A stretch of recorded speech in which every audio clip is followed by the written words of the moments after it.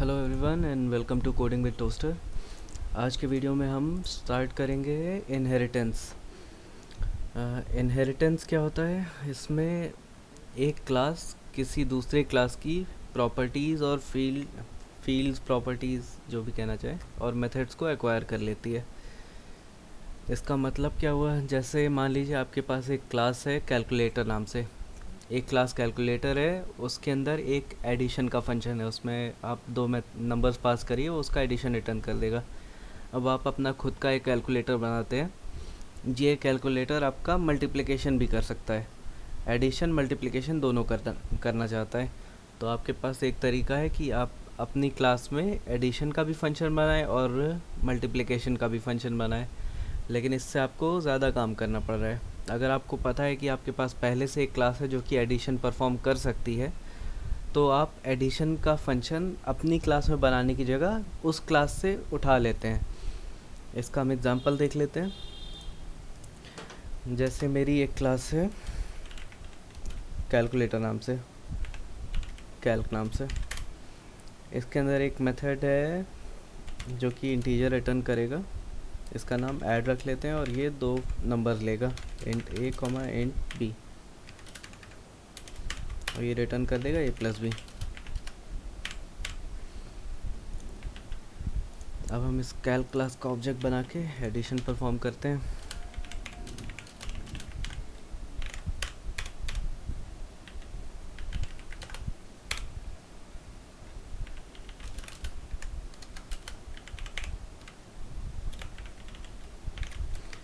जैसे मैं 50 डाल देता हूँ। मैं 30 और 50 को ऐड करना चाहता हूँ।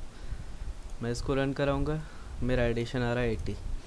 अब मेरी एक और क्लास है, अब मैं चाहता हूँ मल्टीप्लिकेशन परफॉर्म करना है मुझे। क्लास इसका नाम हम रख लेते हैं माई कैल्क। इसके अंदर एक मेथड है मल्टीप्लाई का।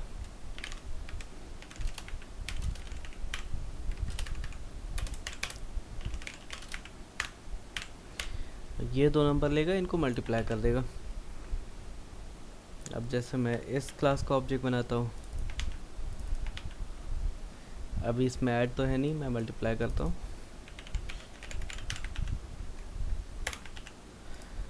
मैं रन कराऊंगा, मुझे मल्टीप्लिकेशन मिल जाएगा।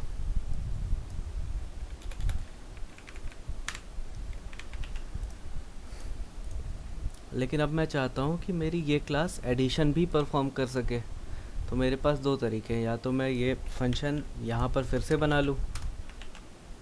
अब मैं इस ऑब्जेक्ट के थ्रू ऐड भी कॉल करा सकता हूँ। अब मैं रन करूँगा तो मेरा आउटपुट 80 आ रहा है, 50 + 30। या फिर मैं इतनी मेहनत ना करूँ और मैं जो ऐड का फंक्शन है वो मैं अपनी पहले से बनाई हुई क्लास कैल्क से ले लूँ। तो इसके लिए मुझे इस क्लास को अब इस क्लास का पेरेंट बनाना पड़ेगा। हमें इन कैल्क और माई कैल्क के बीच में भी एक पेरेंट चाइल्ड रिलेशनशिप मेंटेन करनी है। तो इसके लिए हम लिखेंगे माई कैल्क एक्सटेंड्स कैल्क। अब देखिए इस लाइन पे कोई एरर नहीं आ रही है। अब मैंने ऑब्जेक्ट बनाया है माई कैल्क का, और इस ऑब्जेक्ट के थ्रू मैं ऐड फंक्शन कॉल कर रहा हूँ, जबकि माई कैल्क के अंदर ऐड फंक्शन है नहीं।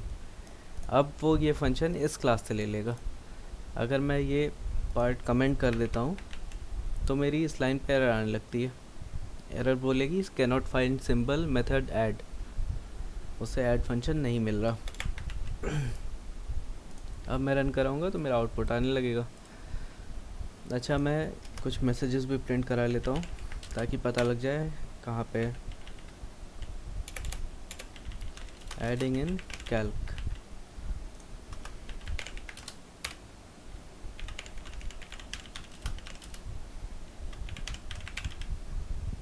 मल्टीप्लाइंग इन माई कैल्क। अब मैं रन कराता हूँ तो पहले ये मेथड ये मेरा मैसेज प्रिंट कर रहा है एडिंग इन कैल्क, और इसने ये आउटपुट रिटर्न कर दिया।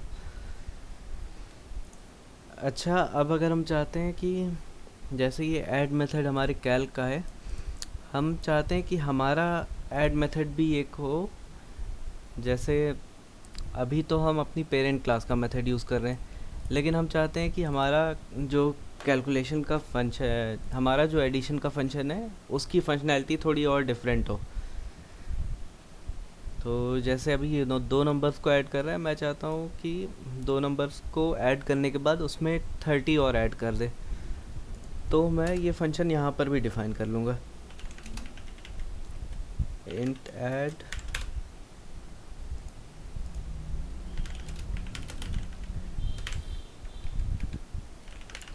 Return a plus b.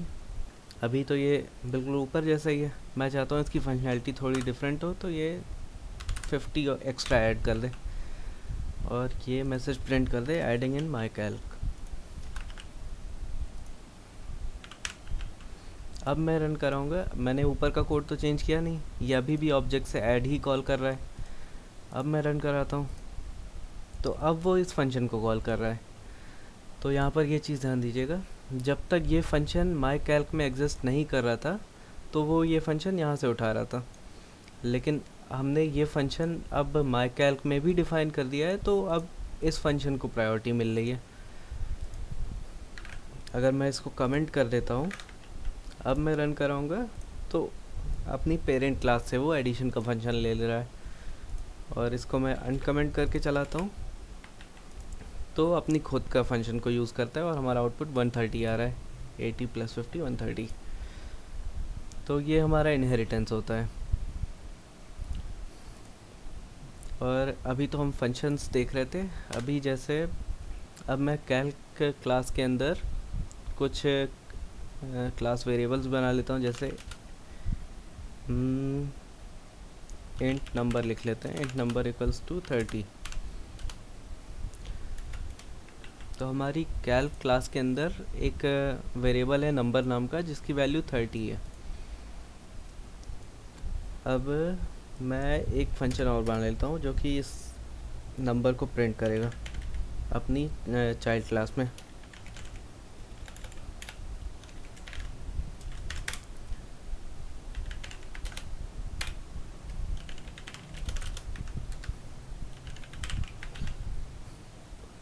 अभी देखिए एरर नहीं आ रही है, कैल्क क्लास के अंदर कोई नंबर नाम का वेरिएबल नहीं है, इसलिए वो ये नंबर हमारी पेरेंट क्लास से ले लेगा। अभी मैं इसको, अच्छा यहाँ पे अब हमें कॉल कराना होगा प्रिंट मेथड, obj.print। माई कैल्क के ऑब्जेक्ट से हमने ये मेथड कॉल कराया है। अभी हम रन कराएंगे तो ये प्रिंट कर देगा नंबर 30। अब अगर मैं यही नंबर यहाँ पर डिफाइन कर देता हूँ, इंट नंबर इक्वल टू 99, अब मैं रन कराऊंगा तो ये प्रिंट कर देगा नंबर इक्वल टू 99। मतलब जब तक ये वेरिएबल हमारा चाइल्ड क्लास में एग्जिस्ट नहीं कर रहा था और हम इसे एक्सेस करने की कोशिश कर रहे थे, तब ये अपनी पेरेंट क्लास से उठा ले रहा था। लेकिन अगर चाइल्ड क्लास में वो वेरिएबल हमने बना दिया है, तब वो चाइल्ड क्लास को प्रायोरिटी दे रहा है। तो ये होता है हमारा इनहेरिटेंस। आई होप आपको समझ में आ गया होगा। अब यहाँ पर एक और आप एक और कॉन्सेप्ट जान लीजिए सुपर कीवर्ड का। जैसे हमारा नंबर वेरिएबल है जो कि पेरेंट क्लास में भी है और चाइल्ड क्लास में भी है। नॉर्मली हम रन कराएंगे तो चाइल्ड क्लास का ले रहा है, लेकिन हम चाहते हैं कि हमारा भले ही ये वेरिएबल चाइल्ड क्लास में हो, लेकिन हम फिर भी पेरेंट वाला ही नंबर यूज़ करना चाहते हैं, तो हम लिख देंगे सुपर डॉट नंबर। ये सुपर कीवर्ड क्या करता है कि नॉर्मली जब पेरेंट क्लास की कोई भी प्रॉपर्टी को आप चाइल्ड क्लास में रीडिफाइन कर देते हैं तो चाइल्ड क्लास को प्रायोरिटी मिलती है, लेकिन अगर सुपर का यूज़ करके आप कॉल करेंगे तो वो पेरेंट वाले को ही प्रायोरिटी देगा और इमीडिएट पेरेंट को। ऐसा नहीं है कि जैसे आपने 3 क्लासेस बना ली, पहली क्लास दूसरी को एक्सटेंड कर रही है और दूसरी क्लास तीसरी को एक्सटेंड कर रही है और तीसरी क्लास से आपने सुपर डॉट कोई प्रॉपर्टी कॉल करी, तो ऐसा नहीं कि वो पहली क्लास से उठाएगा, वो अपने जस्ट ऊपर वाली सेकंड क्लास से उठाएगा। इसको मैं रन कराता हूँ तो ये नंबर 30 आ रहा है। और ये चीज़ फ़िलहाल के लिए मैं ऐड और मल्टीप्लाई हटा देता हूँ। ये आई होप आपको समझ में आ गया होगा।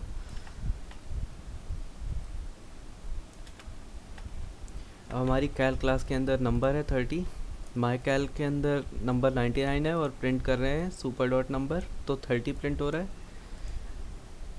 फ़िलहाल मैं इसको नंबर ही कर देता हूँ। अब मैं एक और क्लास बना लेता हूँ, एडवांस कैल लिख लेते हैं। ये हमारी थर्ड क्लास है और इसके अंदर मैं एक इंट नंबर बनाता हूँ। इसकी वैल्यू 130 है। पहले वाले की वैल्यू 30, सेकंड की 99। चलिए मैं इसको 999 कर देता हूँ और ये एक्सटेंड करेगा माई कैल को। ठीक है, ये हमारी सबसे छोटी क्लास है जो कि हमारे इस क्लास को एक्सटेंड कर रही है, और ये क्लास का पेरेंट ये क्लास है। तो यहाँ पर एक हायरार्की बन गई है। ये पेरेंट है, ये उसका चाइल्ड हुआ, फिर इस क्लास के लिए ये चाइल्ड है और इस क्लास का पेरेंट ये है। अब मैं इसके अंदर भी एक प्रिंट मेथड बना लेता हूँ,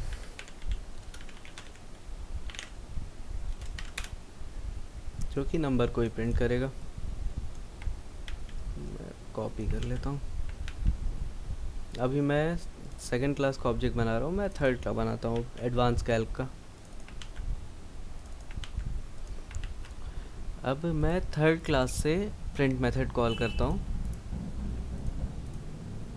ये प्रिंट करेगा नंबर इज़ 999। मैंने इस क्लास का ऑब्जेक्ट बनाया और उस ऑब्जेक्ट से मैंने ये प्रिंट मेथड कॉल किया, तो हमारा ये नंबर यहाँ से उठ रहा है। लेकिन अब अगर मैं यहाँ पे सुपर डॉट नंबर लिख लेता हूँ, इस केस में हमारा जो नंबर है वो ये वाला उठेगा। सुपर सिर्फ अपने जस्ट एक लेवल ऊपर वाली क्लास यानी कि इस क्लास से उठाएगी, इससे नहीं उठाएगी। मैं इसको रन कराता हूँ तो हमारा आउटपुट 99 आ रहा है। ठीक है, अब ये तो हमारा सुपर कीवर्ड हो गया। अब इसी तरह से होता है सुपर फंक्शन। तो सुपर मैं ये चीज़ें मिटा देता हूँ। अभी हमारी 3 क्लासेस हैं, बल्कि मैं नई क्लासेस बना लेता हूँ। अब हमारी क्लासेस जैसे बैंक का एग्जांपल लेते हैं। हमारी पहली क्लास है बैंक। अब जैसे इस क्लास का कंस्ट्रक्टर है, ये प्रिंट करेगा इन बैंक। अब हमारी एक और क्लास है जैसे SBI। SBI एक्सटेंड्स बैंक, यानी कि SBI भी एक टाइप का बैंक ही है और इसका भी एक कंस्ट्रक्टर होगा। ये प्रिंट कर देगा इन SBI। और हमारी एक और क्लास है जैसे ICICI एक्सटेंड्स SBI, और इस क्लास का कंस्ट्रक्टर प्रिंट कर देगा इन ICICI।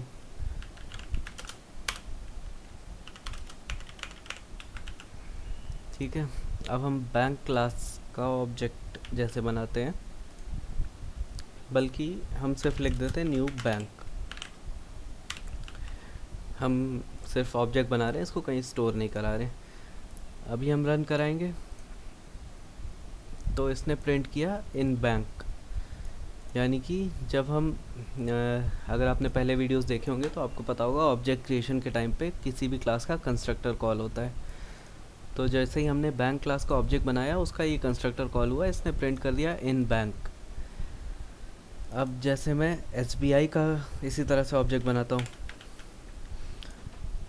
अब मैं SBI का ऑब्जेक्ट बनाऊँगा तो वो पहले प्रिंट कर रहा है इन बैंक, उसके बाद SBI। तो इससे हमें ये पता लग रहा है जब हम चाइल्ड क्लास का ऑब्जेक्ट बनाते हैं तो वो टॉप लेवल से शुरू करता है। सबसे पहले अपनी पेरेंट क्लास का ऑब्जेक्ट बनाएगा, फिर अपना ऑब्जेक्ट बनाएगा। ऐसा इसलिए करता है क्योंकि SBI इस क्लास को एक्सटेंड कर रही है। SBI क्लास को ऑब्जेक्ट बनाने के लिए हमें पहले पता होना चाहिए कि बैंक क्लास के अंदर क्या है। अगर बैंक क्लास की प्रॉपर्टीज़ नहीं बनी होंगी तो हम SBI को कैसे बनाएंगे। तो इसलिए वो पहले बैंक क्लास का ऑब्जेक्ट बनाता है, फिर SBI क्लास का ऑब्जेक्ट बनाता है। अब इसी तरह से अगर मैं ICICI का ऑब्जेक्ट बनाऊंगा, तो इस केस में हमारा ICICI हमारा डिपेंड कर रहा है SBI पे, तो पहले SBI का बनना चाहिए, लेकिन SBI डिपेंड करता है बैंक पे, इसलिए पहले बैंक का ऑब्जेक्ट बनेगा, फिर SBI का, फिर ICICI का। जैसे मैं यहाँ ये लिख देता हूँ, अब रन कराऊँगा तो उसने पहले प्रिंट किया इन बैंक, फिर इन SBI, फिर ICICI। तो आई होप ये समझ में आ गया होगा आपको। अब यहाँ पर हम जानते हैं सुपर, अभी तो हमने सुपर कीवर्ड पढ़ा, अब हम सुपर फंक्शन की बात करते हैं। अब सुपर फंक्शन हमारा कुछ ऐसे चला जाता है।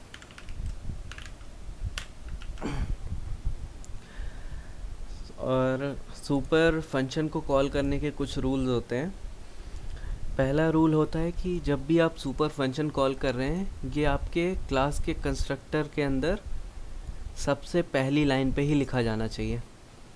मैं इसको अगर मिटा के प्रिंट स्टेटमेंट के नीचे लिखूंगा तो एरर आएगी। देखिए यहाँ एरर बोल रहा है call to super must be the first statement in the constructor, तो हमें इसे यहीं पर लिखना पड़ेगा।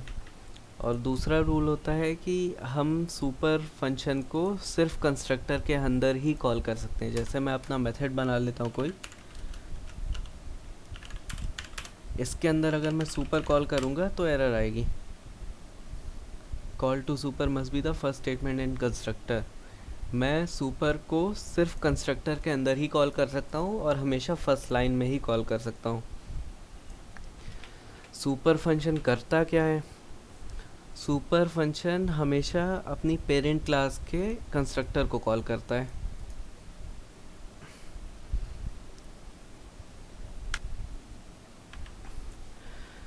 तो सुपर फंक्शन हमारा पेरेंट क्लास के कंस्ट्रक्टर को कॉल करता है। तो अब क्वेश्चन आ रहा होगा कि हम सुपर नहीं लिख रहे हैं, पेरेंट क्लास का कंस्ट्रक्टर तो फिर भी कॉल हो रहा है, तो इसका फ़ायदा क्या? ऑब्वियस क्वेश्चन है। जैसे मैं इनके कंस्ट्रक्टर्स को हटा देता हूँ अभी के लिए, अभी तीनों क्लासेस एम्प्टी है। अब मान लीजिए मैंने इसके अंदर एक वेरिएबल बना लिया नंबर इक्वल्स टू 30, और बैंक क्लास का एक कंस्ट्रक्टर है।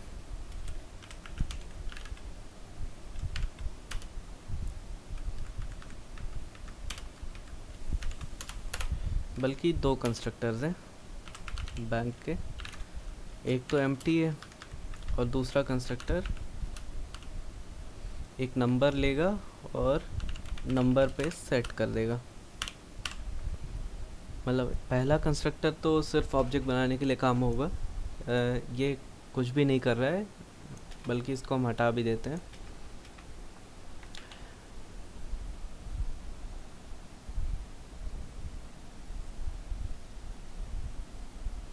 ओके, अब यहाँ पर एरर आने लग गई, constructor in bank class can not be applied to given types.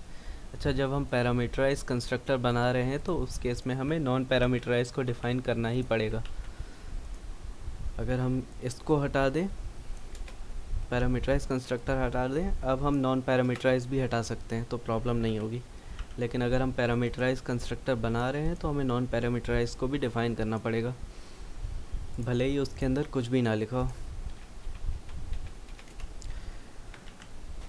तो अब एक कंस्ट्रक्टर है जो कि कुछ भी नहीं कर रहा है, लेकिन दूसरा कंस्ट्रक्टर है जो कि इस नंबर की वैल्यू सेट कर देगा जो भी हम यहाँ पर पास करेंगे। मैं ये क्लास चलिए रखे रहता हूँ अभी। अब मैं ऑब्जेक्ट बनाऊँगा SBI का, इसके अंदर भी एक नंबर है,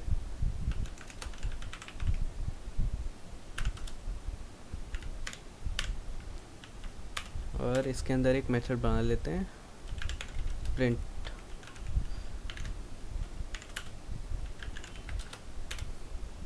जो कि नंबर को प्रिंट करेगा।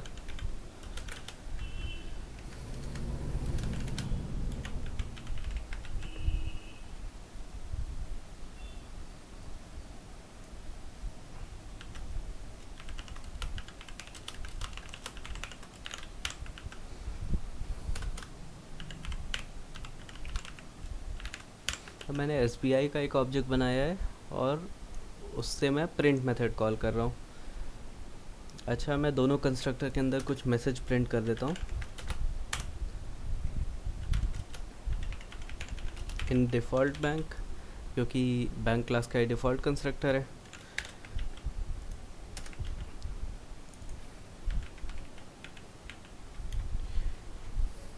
इन पैराम बैंक, यानी कि ये पैरामीटराइज कंस्ट्रक्टर के अंदर है। बल्कि ये क्लास हटा देता हूँ अभी के लिए। मैंने इस क्लास का ऑब्जेक्ट बनाया है SBI का, और उसके थ्रू मैंने प्रिंट मेथड कॉल किया है जो कि नंबर को प्रिंट करेगा। अभी नंबर की वैल्यू मैंने यहाँ पे 65 रखी है, तो ये प्रिंट कर देगा 65। लेकिन उससे पहले इसने कॉल किया है इन डिफ़ॉल्ट बैंक, यानी कि ये कंस्ट्रक्टर उसने कॉल किया। अब जैसे मैं यहाँ पर लिख देता हूँ, ये तो आपने अभी देखा ही है, सुपर डॉट नंबर लगाऊंगा तो ये ऊपर से स्पेलिंग गलत है, सुपर डॉट नंबर लिखूंगा तो ऊपर से लेके 30 प्रिंट कर देगा। लेकिन मैं क्या करूँगा कि मैं SBI क्लास का जो कंस्ट्रक्टर है, मैं चाहता हूँ कि जब मेरा SBI का ऑब्जेक्ट बने तब ये बैंक क्लास का जो नंबर है इसकी वैल्यू चेंज कर दे। मैं यहाँ पर 65 डिफ़ाइन करने की जगह मैं चाहता हूँ कि ऊपर जो बैंक क्लास है यही नंबर चेंज हो जाए। तो इसके लिए मैं इस बैंक क्लास का ये object call parameterize constructor call करके इसका ये नंबर चेंज कर सकता हूँ। जैसे मैं इस कंस्ट्रक्टर के अंदर अगर n की वैल्यू कुछ भी पास करता हूँ तो वो नंबर पे जाके सेट हो जाती है। तो मैं यहाँ पर लिख सकता हूँ सुपर, और जैसे मैंने 66 पास कर दिया। अब मैं रन कराता हूँ तो ये देखिए ये 66 प्रिंट कर रहा है, और इसने इससे पहले प्रिंट किया है इन पैराम बैंक। यानी कि जब मैंने SBI क्लास का ऑब्जेक्ट बनाया यहाँ पर, तो सबसे पहले इसने SBI क्लास का सबसे पहले तो ये गया SBI क्लास का कंस्ट्रक्टर इसने कॉल किया। उसके अंदर लिखी थी हमारी ये लाइन जो कि हमारी बैंक क्लास के कंस्ट्रक्टर को कॉल करती है। उसके अंदर हमने पास कर दिया 66 जो कि इधर गया, और वो सेट हो गया इस नंबर पे। और उसके बाद हमारा ये कंस्ट्रक्टर जब चल गया, इसने बैंक का पूरा ऑब्जेक्ट रिटर्न किया और SBI क्लास ने उस बैंक को एक्सटेंड कर लिया। अब इस SBI के पास जो नंबर आ रहा है वो यहाँ से है, और इसकी वैल्यू 30 की जगह ये 66 हो गई है जो हमने पास करी थी। तो आई होप इसमें कोई कन्फ्यूजन नहीं होगा। सुपर मेथड हमारा इस तरह से यूज़ होता है। तो हमने इनहेरिटेंस पढ़ लिया, सुपर कीवर्ड पढ़ लिया, सुपर फंक्शन पढ़ लिया। अब हम आ जाते हैं रन टाइम पॉलीमॉर्फिज्म पे। तो रन टाइम पॉलीमॉर्फिज्म को मेथड ओवरराइडिंग भी कहते हैं, बल्कि ओवरराइडिंग नहीं, चलिए मैं इसको एग्जांपल से ही समझाता हूँ। जनरली हम करते क्या है कि चाइल्ड क्लास को लेते हैं, चाइल्ड क्लास का ऑब्जेक्ट बनाते हैं, और उसके थ्रू हम बैंक की यानी कि पेरेंट क्लास की प्रॉपर्टीज़ को एक्सेस करते हैं। लेकिन रन टाइम पॉलीमॉर्फिज्म में उल्टा होता है। रन टाइम पॉलीमॉर्फिज्म में हम पेरेंट क्लास का रेफरेंस लेते हैं और उसके थ्रू हम चाइल्ड का ऑब्जेक्ट बनाते हैं। जैसे यहाँ पे हमारी बैंक पेरेंट क्लास है और SBI चाइल्ड क्लास है, तो हम अभी तक तो ये करते आ रहे थे SBI OBJ equals to new SBI, पर अब हम उल्टा करेंगे। अब हम लिखेंगे bank OBJ equals to new SBI। अब हम बैंक क्लास के ऑब्जेक्ट के अंदर, बल्कि ये ऑब्जेक्ट नहीं, इसको आप वेरिएबल बोलिए, ये एक रेफरेंस वेरिएबल होता है जो कि इस SBI के ऑब्जेक्ट को रेफ़र करेगा। एक और चीज़ आप क्लासेस एंड ऑब्जेक्ट्स के बारे में जान लीजिए। कोई भी पेरेंट क्लास अपने चाइल्ड क्लास का ऑब्जेक्ट होल्ड कर सकती है, लेकिन उस चाइल्ड क्लास में सिर्फ वही प्रॉपर्टीज़ एक्सेस कर सकती है जो इस पेरेंट के पास भी हैं। जैसे मैं इस बैंक क्लास के अंदर एक मेथड बनाता हूँ प्रिंट नाम से, ये प्रिंट करेगा इन बैंक, और सेम मेथड मैं SBI के अंदर भी बनाता हूँ इन SBI। तो अब हमारा बैंक के पास भी एक प्रिंट है और एसबीआई के पास भी एक प्रिंट है। हमने रेफरेंस बनाया है बैंक का और ऑब्जेक्ट लिया है एसबीआई का। अब हम इस ऑब्जेक्ट के थ्रू प्रिंट कॉल करते हैं। तो अब कौन सा प्रिंट कॉल होगा, ये वाला या ये वाला? रन कराते हैं तो हमारा नीचे वाला प्रिंट कॉल हो रहा है इन एसबीआई का। लेकिन अगर मैं ये मेथड हटा देता हूँ, अब रन कराऊंगा तो ये बैंक का कॉल करेगा। तो आप यहाँ पर एक पैटर्न देख रहे हैं, जैसे हमारे चाइल्ड क्लास में अगर प्रॉपर्टी नहीं है तो वो पेरेंट क्लास पे उठाएगा, एक लेवल ऊपर बढ़ जाएगा। जैसे मैं एक और क्लास बना लेता हूँ, क्लास ICICI।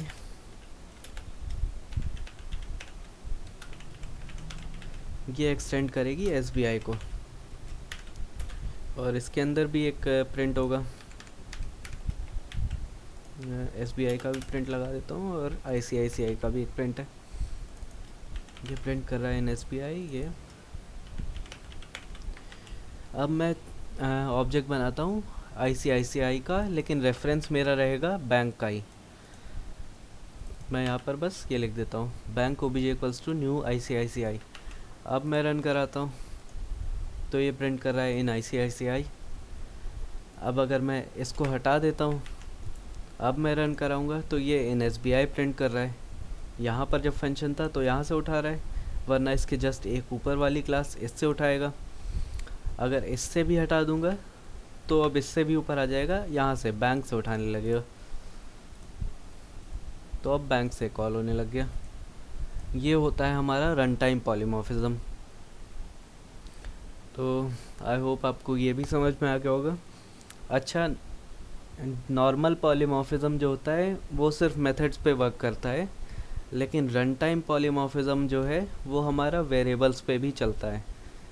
जैसे मैं इनके प्रिंट मेथड्स वापस ले आता हूँ और सबके अंदर एक नंबर ले लेता हूँ। इंट नंबर इक्वल्स टू 30 यहाँ पर हो गया, और ये सारे प्रिंट मेथड्स हमारे नंबर को प्रिंट करेंगे। यहाँ पर नंबर की वैल्यू 60 हो गई और यहाँ पर हमारी नंबर की वैल्यू 90 हो गई।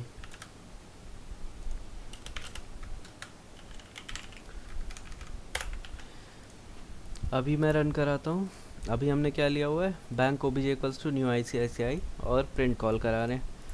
अभी हम रन कराते हैं तो इसने प्रिंट किया इन ICICI 90, यानी कि ये मेथड चला और नंबर भी यहीं से उठा। लेकिन मैं इसको कमेंट कर देता हूँ। अब रन कराऊँगा तो प्रिंट करेगा इन ICICI, यानी कि फंक्शन ये चला लेकिन जो नंबर है वो ऊपर से आया, 60 आ गया। अगर मैं इस नंबर को भी हटा देता हूँ तो अब हमारा नंबर यहाँ 30 से आएगा। तो ICICI के अंदर ही नंबर हमारा 30 हो गया। अब जैसे मैं ये मेथड भी हटा लेता हूँ, मेथड्स का तो आपने देखा है कैसे चलते हैं। अब मैं रन कराता हूँ तो वो प्रिंट करा है इन SBI और वैल्यू 30, यानी कि मेथड यहाँ पर उसे मिल गया SBI के अंदर। ऑब्जेक्ट हमारा इसका था लेकिन इसके अंदर तो अब ना प्रिंट है ना नंबर है, तो वो SBI पे आया। यहाँ पे उसे प्रिंट मिल गया लेकिन नंबर नहीं था, तो नंबर के लिए वो गया बैंक में और बैंक में उसे नंबर की वैल्यू 30 मिल गई, इसलिए हमारा मैसेज प्रिंट हुआ इन SBI 30। तो आई होप आपको ये सब समझ में आ गया होगा। आज के वीडियो के लिए इतना रखते हैं। आई होप पेसिंग ज़्यादा फास्ट नहीं हुआ होगा। तो सी यू नेक्स्ट टाइम।